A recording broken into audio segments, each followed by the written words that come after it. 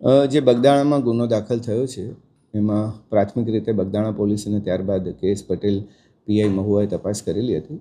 એ તપાસ વધુ તલસ્પર્શી દિશામાં થાય અને કેટલાક પ્રશ્નો જે હજુ બાકી રહેલા છે એનું યોગ્ય રીતે એનું સતત ઇન્વેસ્ટિગેશન અમારા સુપરવિઝનમાં થાય એટલા માટે એસઆઈટીની રચના કરવામાં આવી છે, જેમાં ધારી એએસપી જયવીર ગઢવીને એમાં અધ્યક્ષ બનાવવામાં આવે છે અને બોટાદ એલસીબીના માણસો તથા એસઓજીના પીઆઈને પણ આમાં સભ્ય બનાવવામાં આવે છે. મારી ઓફિસમાંથી પણ સબ ઇન્સ્પેક્ટર જે છે તે પણ આના સભ્ય છે. એસઆઈટીની રચના કરી છે તેમાં કેટલા દિવસ બાદ આનો અહેવાલ હજી આજે કામગીરી શરૂ કરી છે. દરેક પાસાઓની એફઆઈઆરથી લઈને બાકીના કેટલા સ્ટેટમેન્ટ છે બધાનું હજી વિશ્લેષણ કરવામાં આવશે. કેટલા પુરાવા પ્રાપ્ત થયા છે અને કયા પુરાવા હજુ લેવાના બાકી છે તેનું ટોટલ વિશ્લેષણ કરીને ચોક્કસપણે ઘટના કેવી રીતે ઘટી એનું બીજા સાંયોગિક પુરાવા શું છે તમામ એકત્રિત કરવા માટે અત્યારે ટીમ કાર્યરત છે.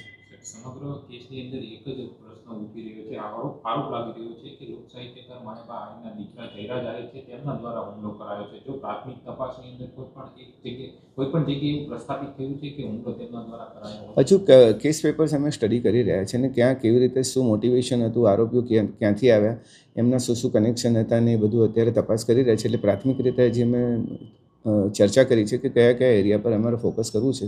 થોડું તપાસ આગળ વધ્યા બાદ જ હું આમાં બતાવી શકીશ. સર, મહુવા ડીવાયએસપી છે તેનો ચાર્જ લઈ લેવામાં આવ્યો છે, હવે કોણ તપાસ તેના સ્થાને રહેશે? એ વહીવટી સરળતા માટે કરવામાં આવ્યું છે, કેમ કે નવા ડીવાયએસપી બે નવા ડીવાયએસપી હાજર રહ્યા છે.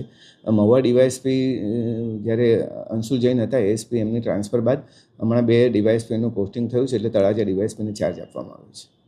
સર, સરકારમાંથી આજે એસઆઈટીને લઈને કોઈ અગત્યની સૂચના આપવામાં આવી? એસઆઈટીની રચના અત્યારે અહીંયાથી થઈ છે. આઈજી ઓફિસે અમે નક્કી કરેલું હતું કે આની તલસ્પર્શી તપાસ થવી જોઈએ અને મારા લેવલ પર અમે નક્કી કર્યું છે કે હવે તપાસ મારા સુપરવિઝનમાં થાય. સર, ફરિયાદી છે નવનીત બાલદિયા, તેનું કહેવું છે કે જે બગદાણાનું એક ગેસ્ટ હાઉસ આવેલું છે ત્યાં પણ આરોપી લાંબો સમય સુધી રોકાયા હતા, તેના સીસીટીવી ફૂટેજ છે તે પણ ડિલીટ થઈ ગયા છે, પોલીસ સહકાર નથી આપતી તેવું કહી.